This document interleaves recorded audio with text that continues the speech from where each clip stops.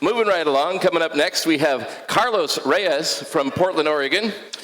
He fished out of Newport, Oregon on the Macon, which is, he says, Seagull, a Norwegian Coast Guard boat. Says it was hard work, but he did it, and now he's here to tell you stories about his experiences. Welcome, Carlos Reyes. Come on up, Carlos. All right. Well, I'm happy to be here. The FisherPoetry, my first time out. I've heard about it for years.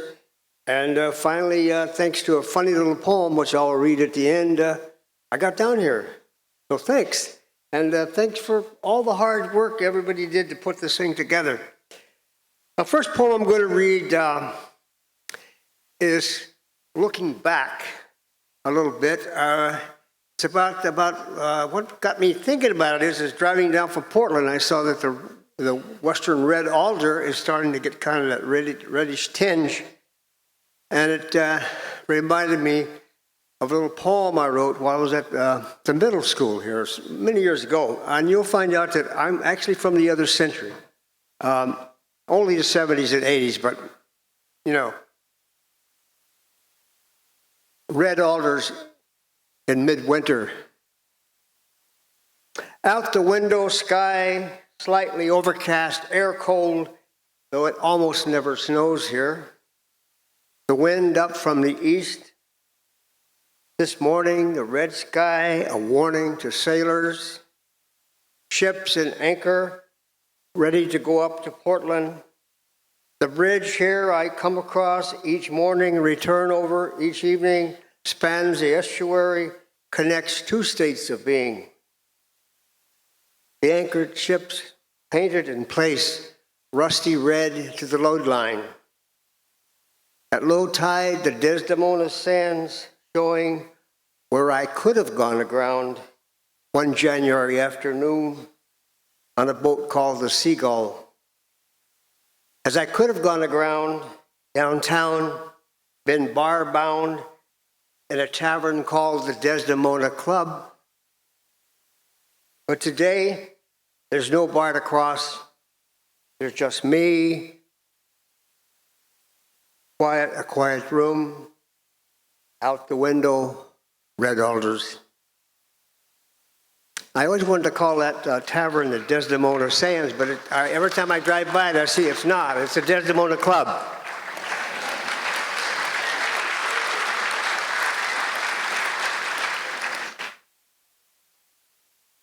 Well, I'm going to skip up a little bit.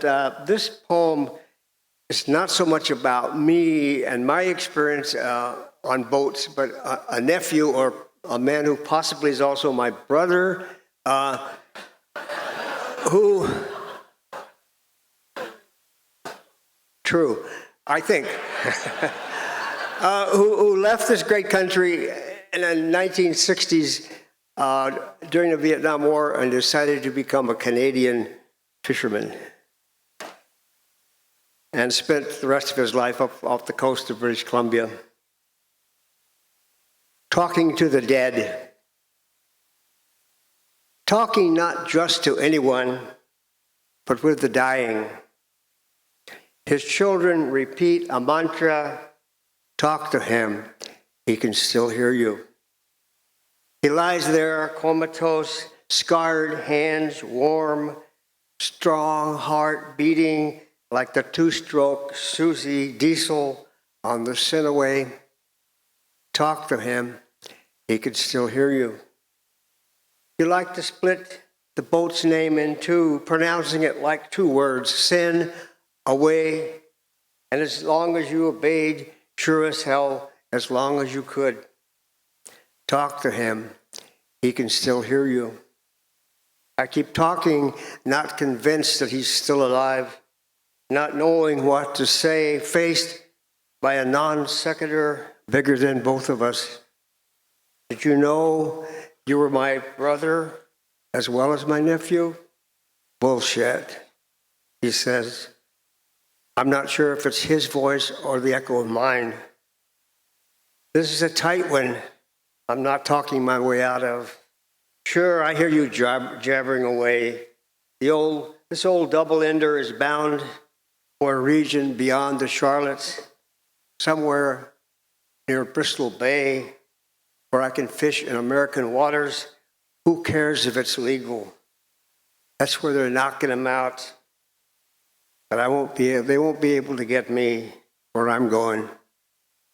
I'm left, his hand warm, his breathing steady, as the wave action, as the bow of the Cinnawake slices the evening swells, his heart pumping steady like the Susie Diesel, steady as the machine beside his bed.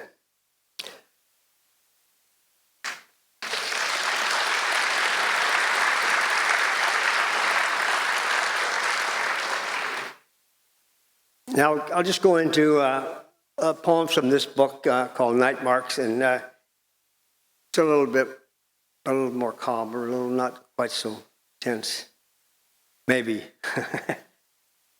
Words from an ex-fisherman to his ex-wife. This reef is always extremely dangerous, even when winds are light and the sea otherwise calm. And that's a quote from boating in coastal waters, but maybe it also means something else. From this distance in time and space, there remains a pencil sketch of a reach of riprap rocks, the north or south jetty, where we went through with little thought the tough bar and stormy seas, and returned each time to safe harbor. I can hear faintly the whistle, gong, and bell that mark the channel.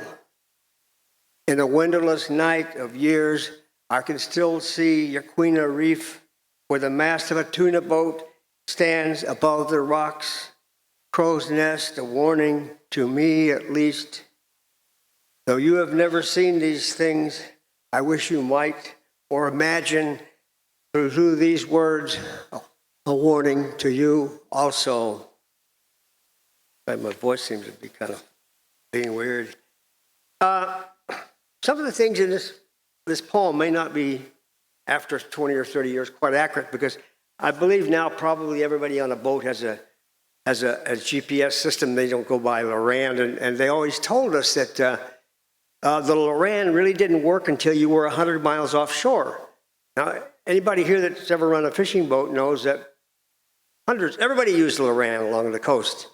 Now, I proved this myself one night after we had drifted all night trying to get something out of the tail shaft.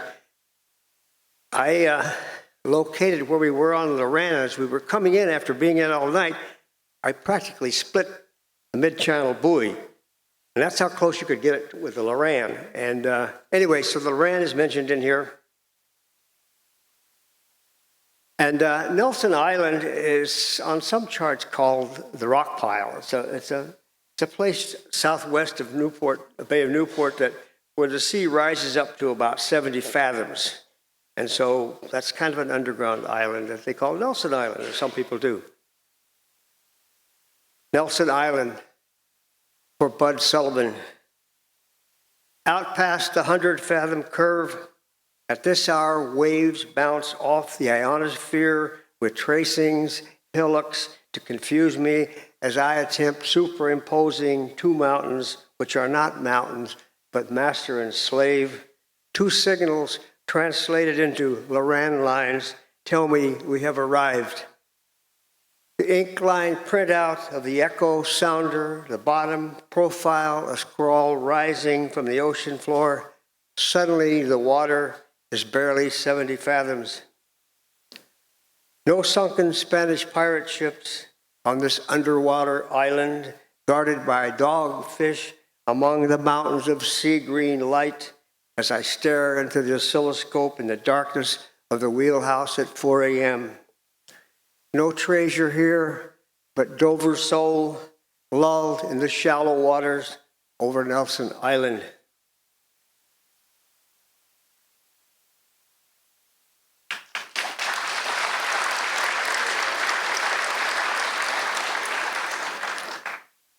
And this is a tricky little poem. I was telling the MC that Some of the boats I happened to be on were always named after a bird, and I mentioned the Maken seagull in Norwegian, and this boat was called the Sea Lark.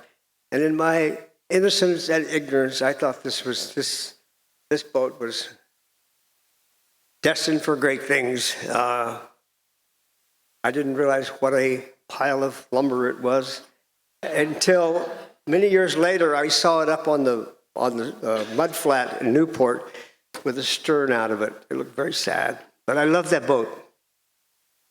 And anyway, this is about a little experience one day on the Sea Lark.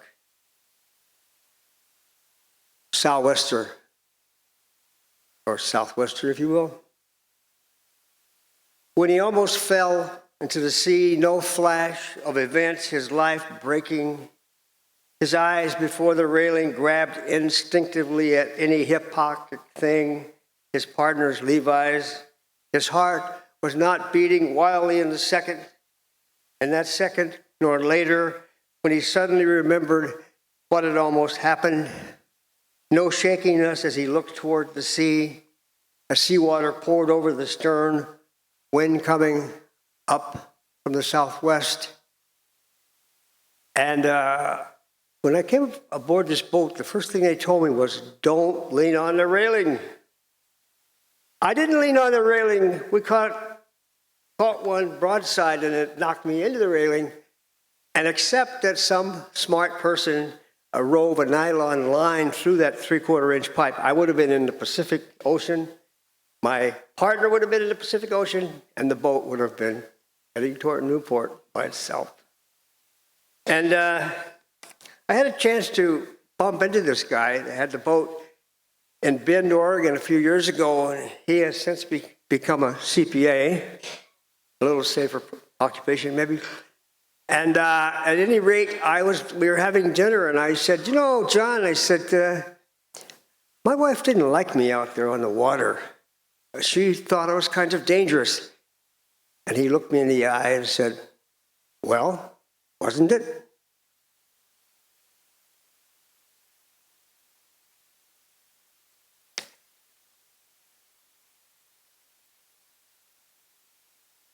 This is a little poem that got me here, I guess.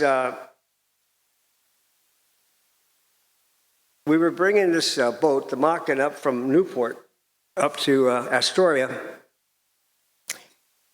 And we had this old guy with us, Moon Mullins, and I think there used to be a cartoon strip that had a Moon Mullins in it. Anyway, his name was Mullins, and for some reason we called him Moon. And we brought him along on this boat because he was an old Louisiana shrimper, and we figured he probably knew more about fishing than we did, and certainly knew more about boats. So at some point, we find out all about him. Moon Mullins. The first time I met him, we were headed out of Newport for the Columbia Bar. He came up to the doghouse, took out the chart, ruler, and a number 4 pencil, drew a heavy line roughly north, and said, "This is the way we go, boys," and disappeared below. I believe he once said, when I was with him, that the surface of the sea was rolling hills green and sometimes blue, where goats, or did he say boats, gambled and frolicked, sometimes in bright sunshine, sometimes hiding behind waves in the fog. And I think I once heard him call the seaweed that gathered on the lines goat's beard, or maybe he was just mumbling. Perhaps it was something untranslated from his native language, whatever that was. Well, the one thing I'm certain he said, the one thing he was right about, was that the ocean has a face, angry or smiling, and you can read it, but you better read it right.